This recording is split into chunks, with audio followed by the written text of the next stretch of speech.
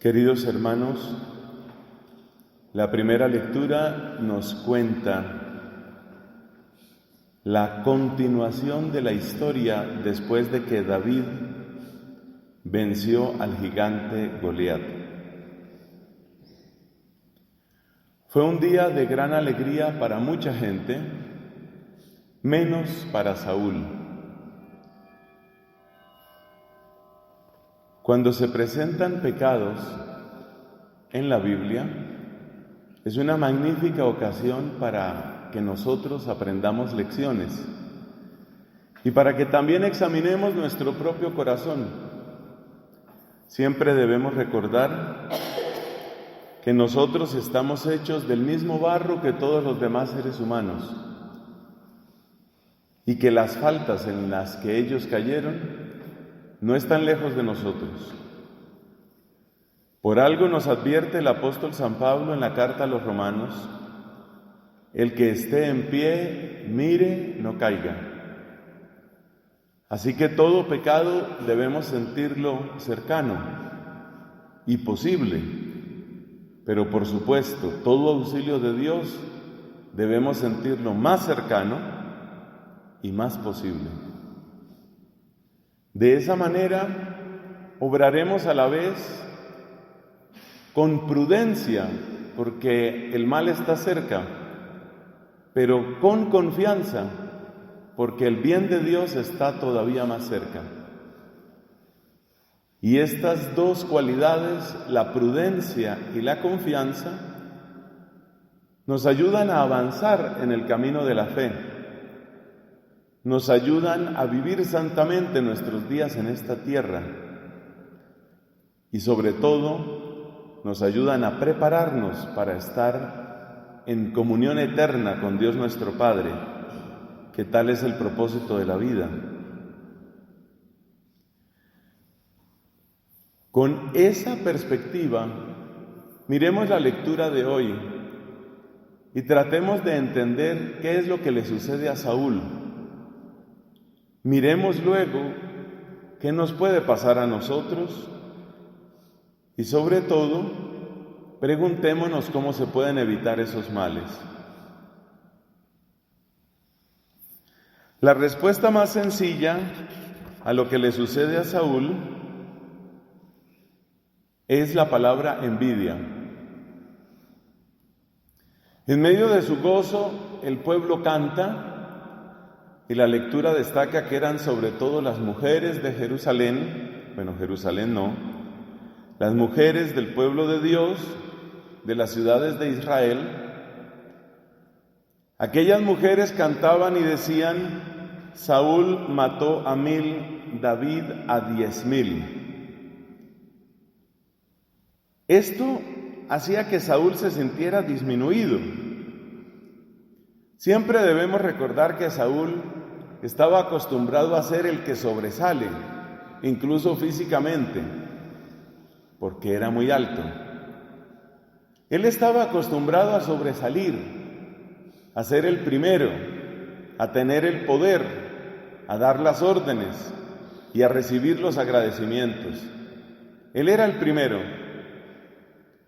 Pero resulta que con ese cántico de aquellas mujeres, pues ahora el primero es otro. Ahora el primero es David. La gran victoria la dio Dios a través de David.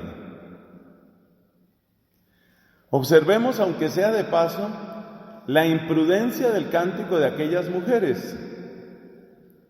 Ellas están diciendo que Saúl mató a 1000 y David a 10,000. Es decir, ellas atribuyen la victoria a los instrumentos y no al que da la victoria, que es el Señor.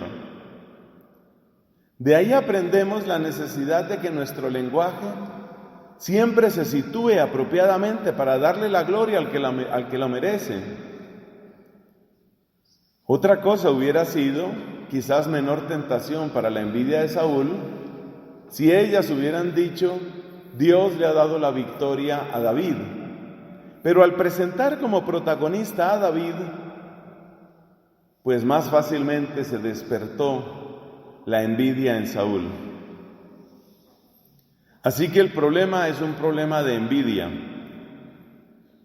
Y observemos cómo prontamente un pecado va llevando a otro. De la envidia, Saúl pasa a la ira. Se enojó mucho por aquella copla. Le pareció mal. Entonces de la envidia pasó a la ira. Y luego de la ira pasó al miedo. Pensaba, no le falta más que la realeza a David.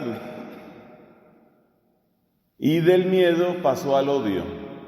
Fíjate la relación que van teniendo los pecados unos con otros, donde aprendemos una lección importante, de la cual habla con elocuencia San Bernardo. Al pecado toca cortarle la cabeza al principio porque crece rápido, crece pronto. Si no se acaba con el pecado de envidia, pronto produce ira, y la ira miedo, y el miedo odio. Y fíjate que de no ser por la intervención de Jonatán, ese odio ya hubiera producido muerte. Al fin y al cabo ese es el fruto propio del pecado, la muerte. Entonces hay lección para nosotros ahí. Es necesario cortar pronto con el pecado, porque lo que empieza por un sentimiento de disgusto, por esa comparación, luego puede crecer prontamente y se vuelve ira, se vuelve miedo, se vuelve odio, se vuelve muerte. Bueno, esa es la secuencia que encontramos en Saúl. El nombre que eso tiene es envidia. Pero hagamos esta pregunta: ¿y de dónde viene esa envidia?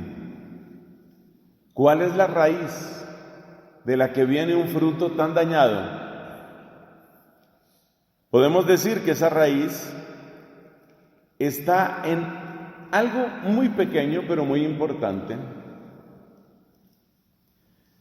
Resulta que Saúl era el jefe de los ejércitos de Israel.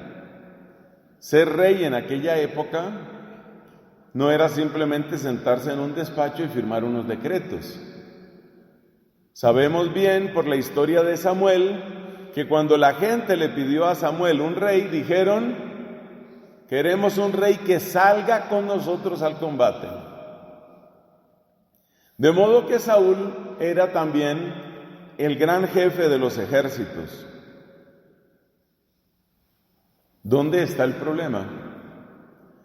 El problema está en que ser jefe de los ejércitos de Israel es defender al pueblo de Dios y es preservar la gloria divina. Y ese es un bien. Pero si yo amo más el bien de mi vanagloria que el bien que Dios quiere construir protegiendo a su pueblo, vamos a llamarlo aquí el bien común. Si yo amo más mi vanidad, que brille yo, y eso vale más que el bien común, está servido el terreno para que germine la envidia. La raíz de la envidia está ahí, en que se prefiere el bien propio, por ejemplo, la vanagloria, la vanidad, la fama, o el botín, la ganancia. Eso se prefiere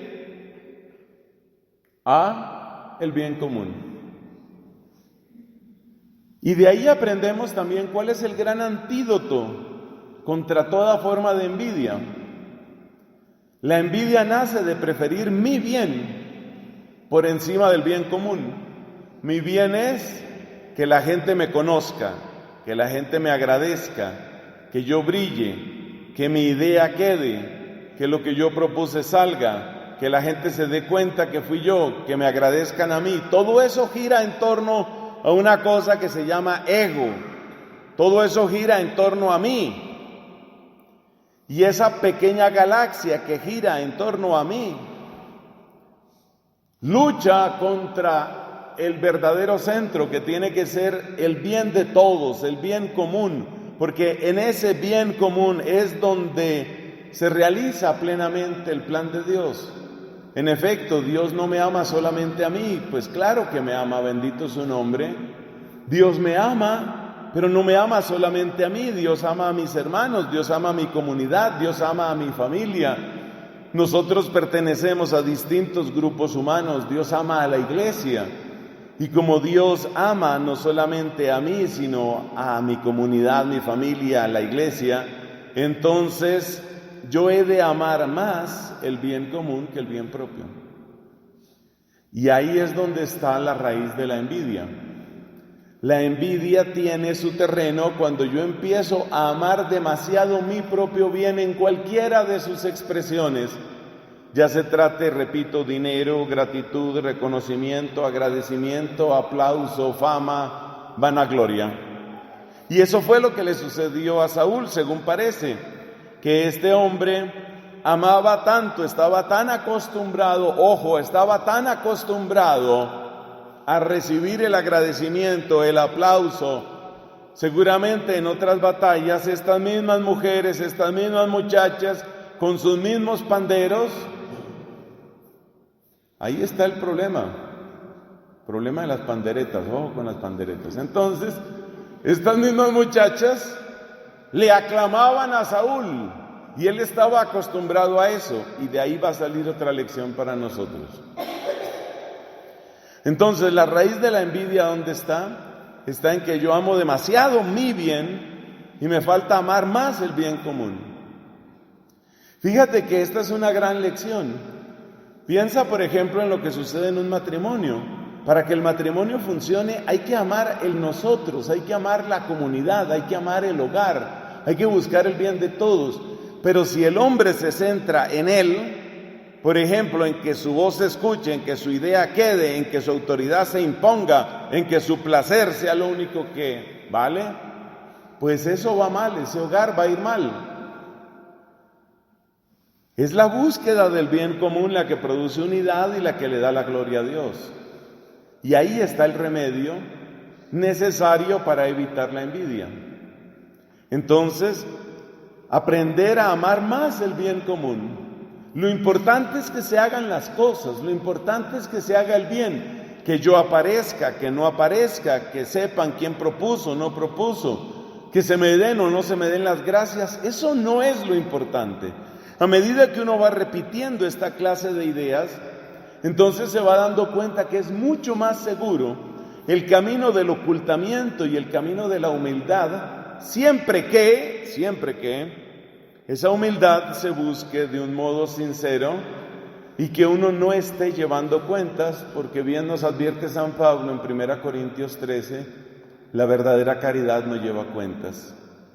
¿Qué sacaríamos en efecto con que una persona dijera: yo he hecho mucho por esta comunidad, ya les he hecho 314 favores y no me han agradecido ni uno, pero aquí estoy yo oculto?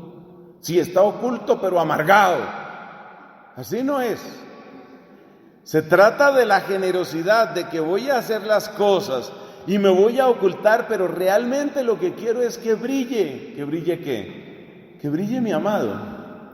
Por eso uno termina por darse cuenta que es imposible vencer del todo la envidia si uno no se llena de un amor sublime al amado.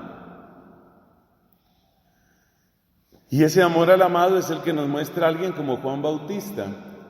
A Juan Bautista en alguna ocasión lo tentaron con el tema de la envidia. Oye, Juan, oye, mira, el que tú bautizaste ya está bautizando y viera la cantidad de gente que va para allá. Palabras imprudentes de gente que carga chismes de una parte a otra. Fíjate que detrás de esas palabras estaba el demonio queriendo tentar el corazón de Juan Bautista. Mira, se están yendo con él, te vas a quedar sin nada, todos se van con Jesús. ¿Qué fue lo que hizo que Juan Bautista no cayera en esa trampa que en el fondo era una trampa del diablo? Lo que salvó a Juan Bautista es que tenía un amor inmenso a Jesucristo. Un amor tan grande que pudo soltar esta expresión: que Él crezca y que yo disminuya. ¿Cómo puede Él decir esa frase sinceramente? Solo la puede decir porque ama muchísimo a Jesús. Entonces mire las cosas que estamos aprendiendo, que la envidia surge cuando uno ama más el bien propio que el bien común. Estamos aprendiendo que el remedio entonces contra la envidia es preferir el bien de todos y no el propio. Hemos aprendido también que es necesario buscar el ocultamiento, pero sin llevar cuentas, porque si no vamos camino de la amargura. Hemos aprendido también que es muy difícil buscar el ocultamiento si uno no tiene amor por aquel que es el bien común, y ese se llama Jesucristo. De modo que cuanto más grande sea el amor a Cristo y nuestro deseo de que brille la gloria de Cristo, pues más sencillo nos resulta entregar a los pies de Cristo nuestros esfuerzos, nuestras ideas. Realmente el buen cristiano, el que va en camino de la santidad, eso es lo que hace: entregar a los pies de Cristo cada una de sus intenciones, sus proyectos. Y yo quiero que esto salga bien, si eso es lo que a ti te agrada y si va a ser para tu gloria. Una persona así no va a caer en la envidia, pero tampoco va a caer en la amargura. Hay un punto que nos hace falta. He dicho antes que Saúl estaba acostumbrado al reconocimiento, a los aplausos, a las panderetas. Él estaba acostumbrado a eso. Estaba acostumbrado, y esas costumbres son peligrosas. Porque resulta que después del pecado original, nuestra carne humana tiene una característica. Esa característica es que nos acostumbramos muy fácilmente a lo que es dulce, favorable, cómodo, halagador. Es muy fácil acostumbrarse a eso. La persona que tiene que vivir con dificultades tarda tiempo en acostumbrarse a sus limitaciones. Finalmente, con un poco de resignación, la gente dice: bueno, esto fue lo que me tocó, está bien.